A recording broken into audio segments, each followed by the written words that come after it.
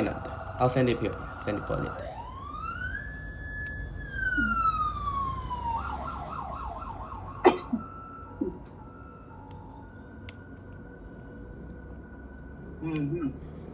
Here, you can take your time to assess po.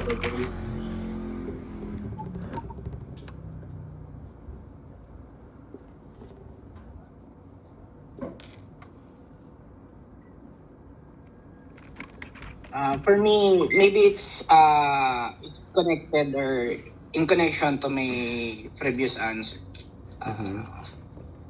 It's less believable because it's AI generated.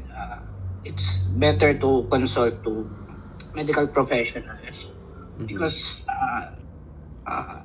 minsan kasi, if I'm not wrong, we can give commands or commands to AI, and the AI will just generate the videos or what they want to show. But I don't, ayun, it's less believable for me. Okay. And Tita Charvi, quick ad if you want. For your thoughts. For me, hap-hap. For me, 50-50 hap-hap answer because it may be connected to AI generated. But katulad ng answer ko nga din kanina, is better kung maniniwala ka din dun sa AI generated, better consult also to the professional. For sure. Okay. Okay, thank you. That's Sige. Next question po. I'll place it here again po sa chat box. I'll say po, what makes a Facebook medical advertisement seem trustworthy to you? Like, when you ever encounter like a Facebook reel, do you ever like believe what you see? Like, would you actually use that idea that they give po sa Facebook? Like the one earlier that I showed you, it seems believable, right? Maybe I will try. If hindi naman sobra sigurong complicated or worse yung situation regarding medical, maybe I will try, or maybe I will believe in some points, especially if the AI videos or generated were I already, kumbaga, na-experience ko na before, and kung ano yung pinakita dun sa video, yun din yung na-experience ko. Maybe I will believe and I will trust the video.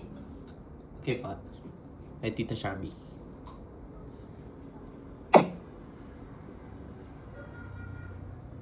for me, for some point, I will trust the video if kung napapanood ko siya sa maraming way na AI, Frankie. Then, if na-experience ko din siya, ganon.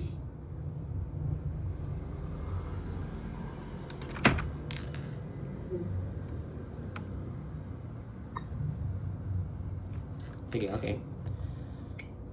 And with the next question na po. I'll say din muna po. What factors make you doubt the credibility of a medical advertisement?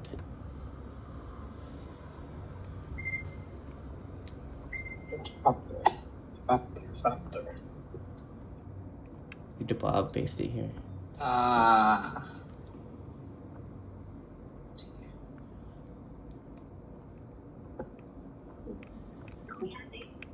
Okay, take your time.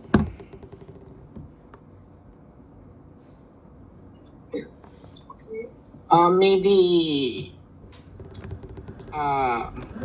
if they were advertising some products that kumbaga hindi siya DFA approved,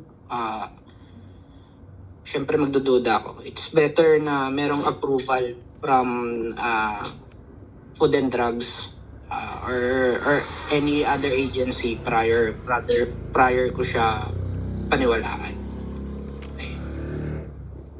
Okay po. How about Tita Charlie po?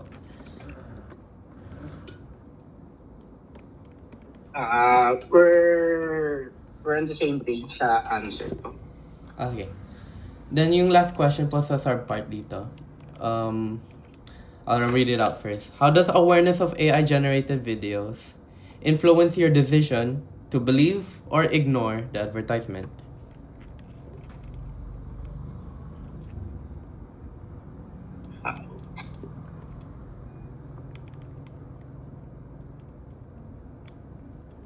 Can you repeat the question, G?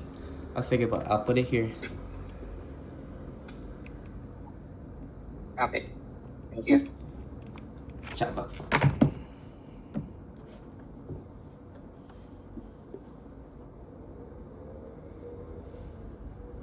Ah.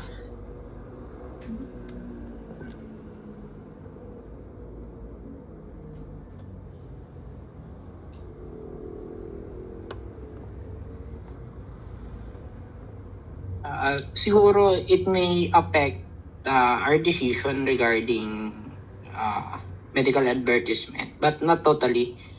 We syempre as our answer earlier, we tend to believe on medical professionals, but at some point it may affect, especially depends on the case. But if it's yun nga, like I said kanina, na some AI generated videos are too good to be true, but it's good, informative and creative, but ayan, it will kumbaga limited lang siya dun sa depende sa sitwasyon. Mas gusto namin maniwala sa syempre medical profession Okay. dun sa tao talaga. Sige po. Anything to add po, Tita Charby?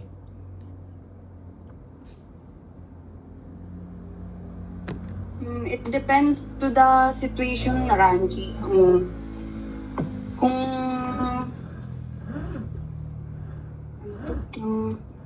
kung hindi naman masyadong serious, it may maniniwala ako sa AI generation. But baka matry ko siya, ganon. Maniwala ako, matry ko yung mga nila, mga Yung videos. mga videos nila. But in a serious way, kunwari